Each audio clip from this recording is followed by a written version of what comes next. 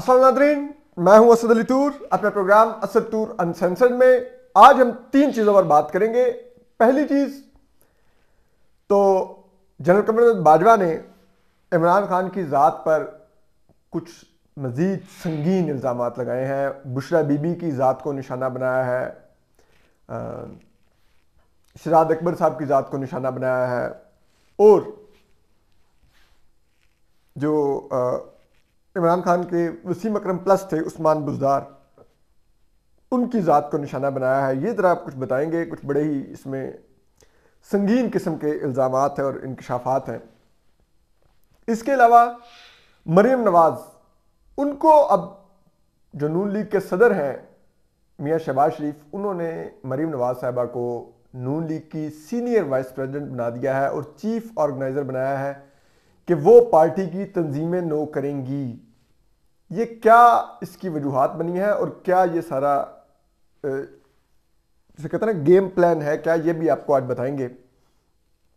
जबकि इसके अलावा जो तीसरा इशू जो गुज़िश्ता 2 रोज़ से सोशल मीडिया पर मौजूद बहस है, वो जो फौज के एक रिटायर्ड मेजर हैं आदिल राजा, उनकी तरफ से पाकिस्तान की कुछ मारूफ फिल्म एक्ट्रेसेस और मॉडल्स के ऊपर लगाए गए संगीन इल्ज़ामात हैं। उन्होंने नाम तो नहीं लिए, लेकिन उन्होंने इनिशियल्स जो बोले नामों के, उससे आइडिया होता था कि वो मुबैना तौर पर माहिरा खान साहिबा, महविश हयात साहिबा, सजल अली साहिबा और कुबरा खान साहिबा की बात कर रहे हैं। और वो इल्ज़ामात काफ़ी संगीन थे। ISI के सेफ हाउसेस का जिक्र आया, जनरल बाजवा की वीडियो का भी जिक्र आया, जनरल फैज़ के ताल्लुकात का भी जिक्र आया, सियासतदानों की भी ताल्लुकात और वीडियोज़ का जिक्र आया। ये सब कुछ उन्होंने कहा। इल्ज़ामात बहुत संगीन है। किसी की ज़ात पर इस तरह के कीचड़ उछालना बगैर सबूत के काबिल मुज़म्मत है। लेकिन मैं ये जो चारों अदाकाराएँ हैं, इनसे भी कुछ पूछना चाहता हूं।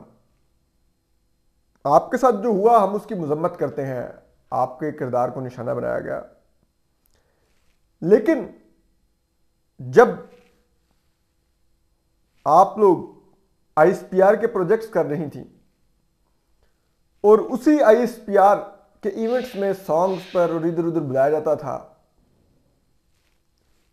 मुबैना हरासर अली जफ़र को, जिस पर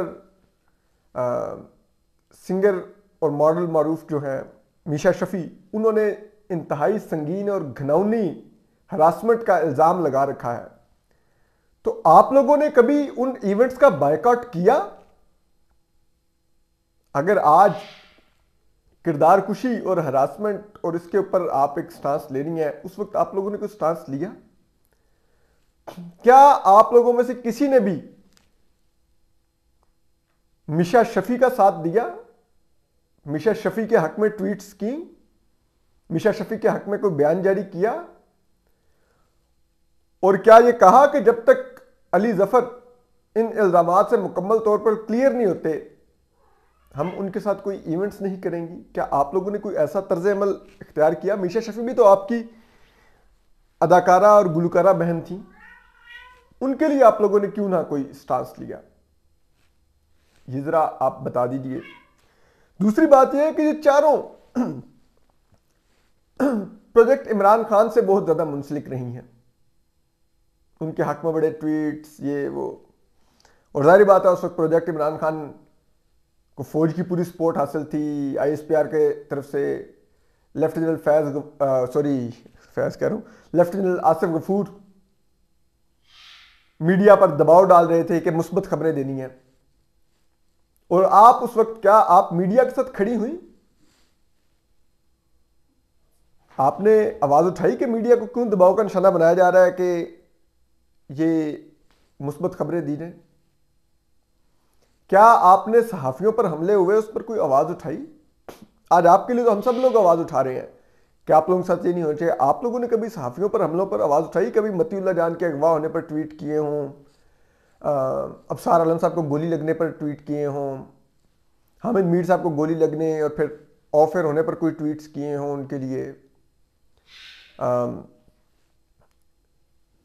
नुसरत जावेद साहब, सिरल अलमायदा, इन लोगों को स्क्रीन से, अखबारात से घर भेज दिया गया, इनके लिए कभी ट्वीट्स किए हों।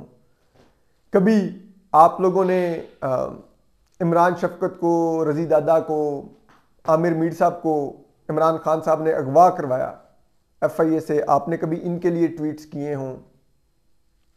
कुछ किया? कभी कंडेम किया PTI के इस फाशिज्म को? आप तो इस फाशिज्म को प्रमोट कर रहे थे, बगले बजा रहे थे ट्विटर पे। आज मेजर आदिल राजा PTI के ही कारकुन हैं, PTI के सपोर्टर हैं। वो अगर कुछ ऐसा कर रहे हैं जिसको आप लोग फाशिज्म गर्दान रहे हैं, हरासमेंट गर्दान रहे हैं, तो पहले अपनी पोजीशन तो देखिए आप लोग कहां आज तक खड़ी रही हैं। कुछ तो आप लोग भी शर्मिंदगी का इजहार कीजिए कि हम लोगों ने गलत जमात को सपोर्ट किया है, गलत इमरान खान को सपोर्ट किया, जो हरासर भी है बकौल आयशा गुलालई के, खवातीन जो उसकी पार्टी में होती थी उनको हरास करता था, अपनी नाजुक हिस्सों की तस्वीर भेज दिया करता था, जिसने मुबैना तौर पे आयला मलिक से लेके तो मुबैना तौर पे उस ख्वाजा सरा रिमल अली तक किसी को नहीं छोड़ा। आप लोग उसके जिसे कहते हैं नाम नेहाद, खुद साख्ता ब्रांड एम्बेसडर बने हुए थे उस इमरान खान के। कभी आप लोगों ने इस पर शर्मिंदगी का इजहार किया? कभी आयशा गुलालई के लिए आप लोगों ने आवाज उठाई, कंडेम किया इमरान खान को? कुछ तो अपने भी गिरेबान में झांकिए, कुछ तो शर्म का, आज शर्म का इजहार कर दीजिए। ISPR जब आप लोगों की फिल्में रिलीज होती थी तो सिनेमा में कोई और फिल्म रिलीज नहीं होने देता था ताकि आप लोगों की फिल्में बिजनेस करें। आप लोग ISPR के प्रोजेक्ट्स कर रही थी। कभी आप लोगों ने देखा कि दूसरे साथी अदाकारों को हक मारा जा रहा है, उनको फिल्म नहीं करने दी जाती, उनकी फिल्म रिलीज नहीं होने दी जाती आप लोगों के लिए? आप लोगों ने इस डिस्क्रिमिनेशन पे कभी आवाज उठाई? आज आपके साथ जो हो रहा है, हम इस ज्यादती की बहुत मजम्मत करते हैं, जो आप लोगों पर इल्जामात लगा रहे हैं इसकी मजम्मत करते हैं, लेकिन कम अज कम आप लोग भी तो माफी मांगिए। इमरान खान साहब स्टेज पे खड़े होके मरीम नवाज साहबा की किरदार कुशी करते थे। अभी परसों उन्होंने इंटरव्यू किया कि मरीम नवाज बड़ा मेकअप करती है। इसकी मजम्मत की इमरान खान के इस बयान की आप लोगों ने?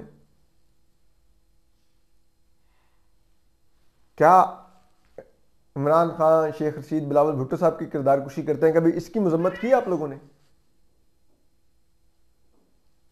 इमरान खान ने कहा कि खवातीन अपने कपड़ों की वजह से अपने साथ होने वाली रेप की खुद जिम्मेदार होती हैं। इसकी मजम्मत की आप लोगों ने? कुछ तो आप लोग भी जवाब दीजिए ना। अब जरा इससे आगे आ जाइए मरीम नवाज साहबा की एलिवेशन पर। देखिए, अब बिलाखिर नून लीग अपने आप को रीपोजिशन कर रही है अगले इलेक्शन के लिए, लेकिन इसका यह मतलब नहीं कि अगला इलेक्शन फिर अब मरीम नवाज साहबा को आज वाइस प्रेसिडेंट और चीफ ऑर्गेनाइजर बना दिया है तो अब नून लीग इलेक्शन में जाने लगी है और असम्बली तहरील करने लगी है। जी नहीं, उनको पार्टी रीऑर्गेनाइज करनी है। तो रीऑर्गेनाइज पार्टी एक दिन में नहीं होगी, टाइम लेगी। और फिर जो रीऑर्गेनाइज होगी उन ओहदेदारों को उनसे काम लेकर उनके जिसे कहते हैं इंपैक्ट को देखा जाएगा कि वो पार्टी के लिए कितने कारगर साबित हो रहे हैं। जो पोजीशन को मिली है वो जस्टिफाई करते हैं कि नहीं। तो दिस ऑल वो जिसे कहते हैं एक टेस्ट रन होगा। वो जो पार्टी रीऑर्गेनाइज होगी उसका एक टेस्ट रन भी होगा। तो वो टेस्ट रन बताएगा कि मरीम नवाज साहबा की मुंतखब करता टीम और तैनातियां कितनी मेरिट पर है, तो उसमें टाइम लगेगा।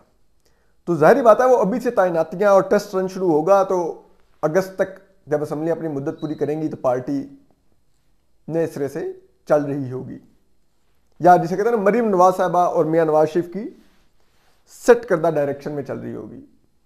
लेकिन इसमें जो चीजें देखने की है, आपको जो चीज समझनी होगी कि मरीम नवाज साहबा को पार्टी पूरी की पूरी रीऑर्गेनाइज करने का टास्क मिला है, असाइन किया गया है, और यकीनन ये मियां नवाज शरीफ साहब की तरफ से मरीम नवाज साहबा को प्राइम मिनिस्टर और पार्टी का भी सदर बनाने की पहली क्लियर इंडिकेशन है। दूसरी तरफ आपको यह भी समझना होगा कि अब जब मरीम नवाज साहबा पूरी पार्टी की तंजीमें नोक कर रही होंगी तो पार्टी के अंदर भी तो जाहिर बात है ना धड़े बनियां हैं। मियां नवाज शरीफ के ग्रुप की नुमाइंदगी मरीम नवाज करती हैं, उसमें शाहिद खाकान अब्बासी हैं, उसमें खुर्रम दस्तगीर हैं, तलाल चौधरी हैं, मियां जावेद लतीफ़ हैं, फिर आप आ रही तो इसहाक डार हैं, राना सनाउल्लाह हैं, आबिद शेर अली हैं। खैर आबिद शेर अली राना सनाउल्लाह का संबंधी भी नहीं, लेकिन एनीवे ये उसी लीग में आते हैं। तलाल चौधरी हैं।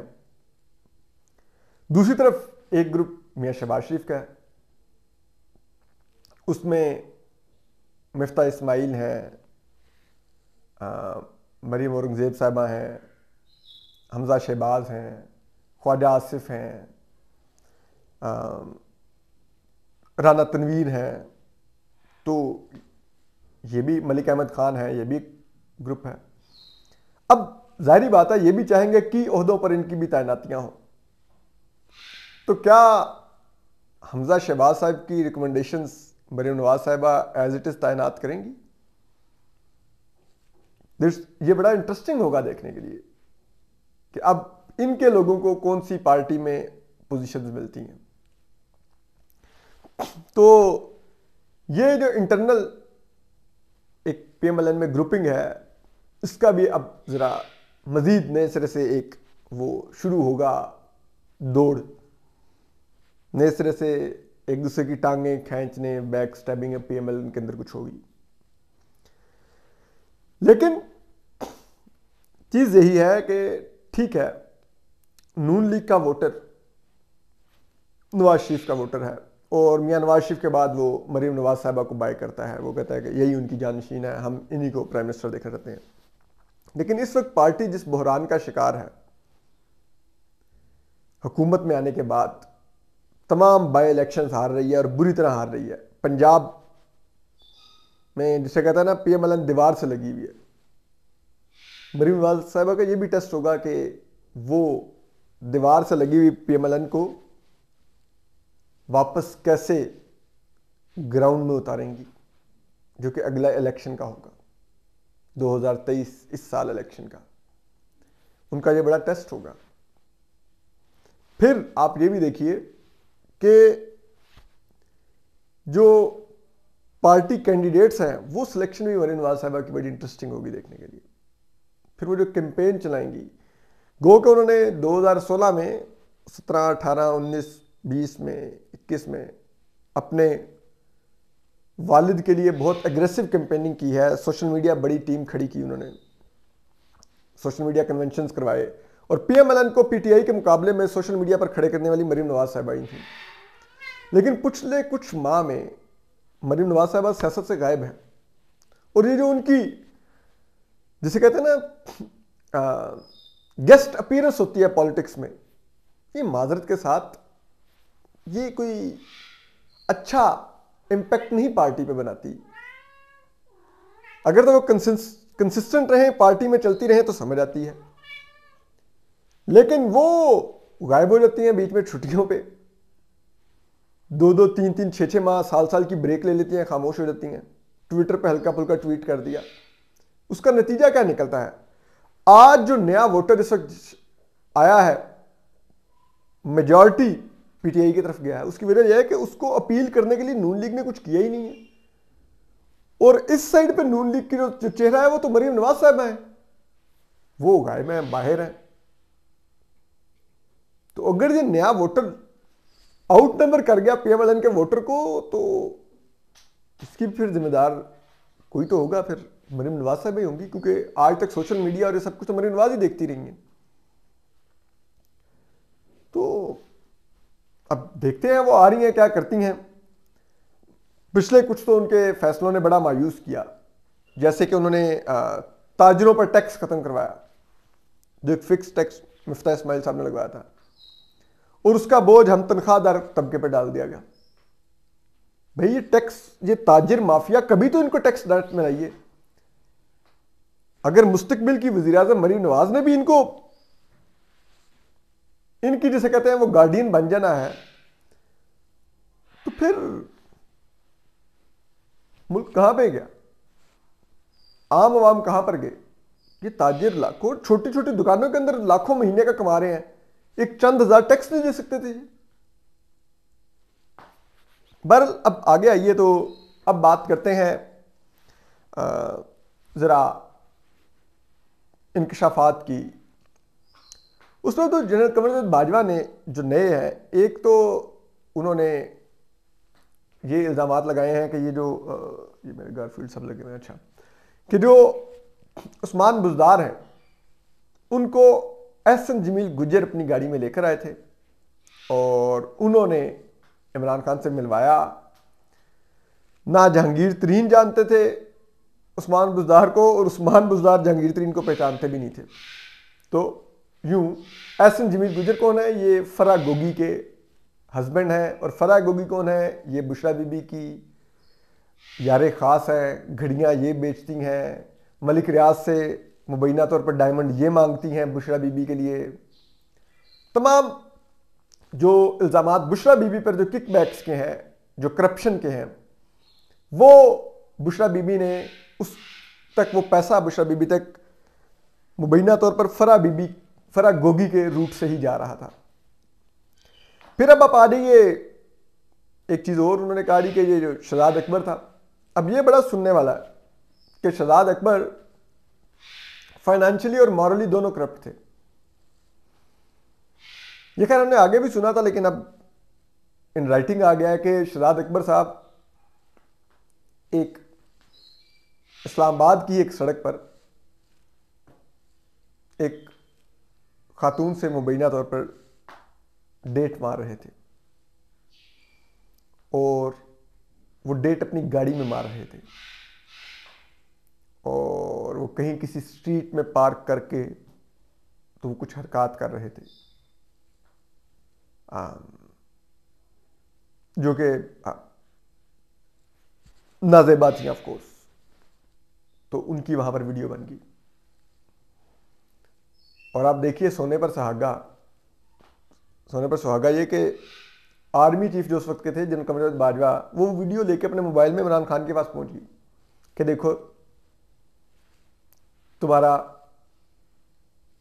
अकाउंटेबिलिटी का जो मेन बंदा है वो तो ये करतूत करता है। तो इमरान खान साहब ने बॉदर ही नहीं की। ज़ाहिर बात है इमरान खान साहब ने कहा मैं खुद ही कर रहा होता हूँ, लेकिन चीज़ यह है कि इससे जाहिर होता है कि वीडियोस और ऑडियोज़ का आर्काइव किसके पास है, वो जनरल कमर बाजवा के पास ही है। ठीक है, और आप ये भी देखिए कि उसी दौर में मोहम्मद जुबैर साहब की भी वीडियो लीक की गई, कितना उनकी किरदार कुशी की गई। काश पीटीआई उस वक्त स्टैंड ले लेती, काश इमरान खान साहब जनरल बाजवा को उसी वक्त शट अप कॉल देके सैक करते कि हाउ डेयर तुम मेरे एक बंदे की वीडियो बना रहे थे, तो आज इनकी अपनी वीडियोस ना आ रही होती, इनकी अपनी ऑडियोज ना आ रही होती। ठीक है, फिर आप इसके बाद आ जाइए, बात यहां पे नहीं खत्म होती। फिर वो ये भी कहते हैं, एक सेकंड मैं आपको दिखाऊं जरा, इसके ऊपर जरा मैं गारफील्ड साहब को रुखसत कर लूं। तो वो जो एक और बात जो बड़ी उन्होंने खौफनाक लिखी है वो ये है कि उस्मान बुज़दार तमाम इधर उधर तैनातियां कर रहे थे और हर तैनाती पर पैसे ले रहे थे।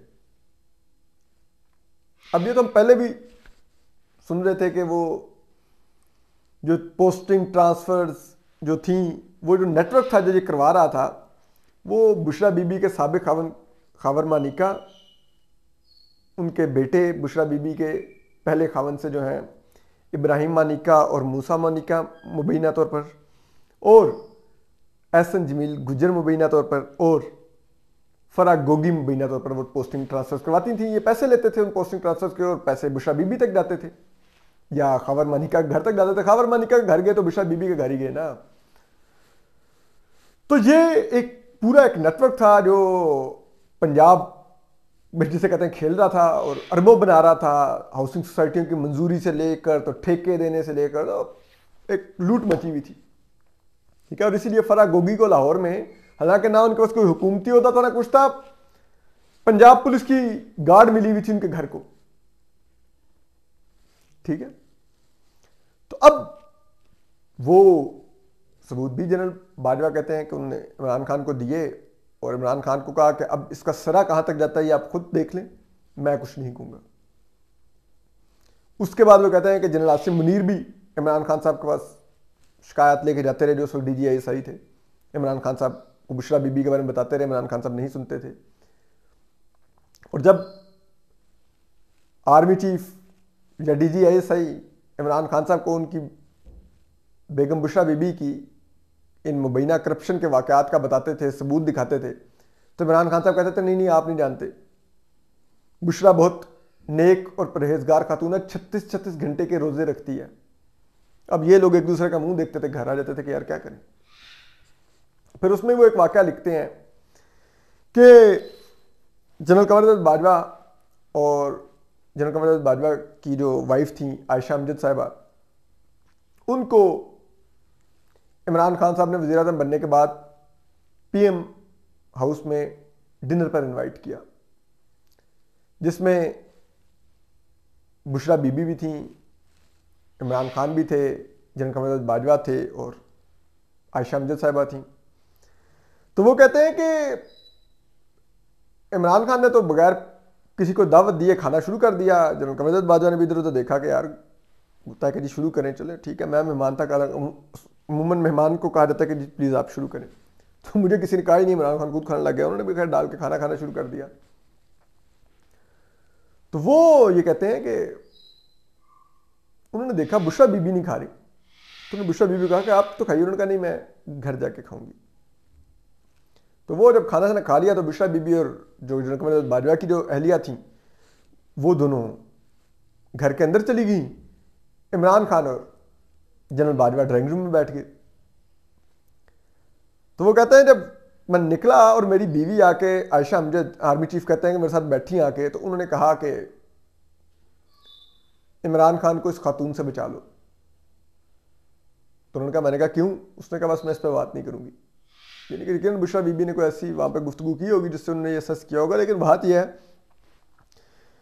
कि कलमनगार जावेद चौधरी साहब को पूछना चाहिए था कि बाजवा साहब आप इतने ही नाइव थे कि आपने अपनी अहलिया से पूछा ही नहीं कि क्यों कह रही हो मुझसे बचा लें। और आपकी अहलिया, आप इतने फर्मा बरदार हस्बैंड थे कि मुल्क की वज़ीर आज़म की अहलिया और खातून अव्वल के बारे में एक रेड फ्लैग रेज किया जा रहा है और आपने उसको नोट ही ना किया, आपने उसको कुरेदा ही ना कि क्यों आपने कहा है ये हालात है, ठीक है। लेकिन इससे यह भी जाहिर होता है कि अब जो लड़ाई है वो जनरल कमर बाजवा और इमरान खान के अलावा बुशरा बीबी और आयशा अमजद साहिबा के दरमियान भी लड़ी जा रही है।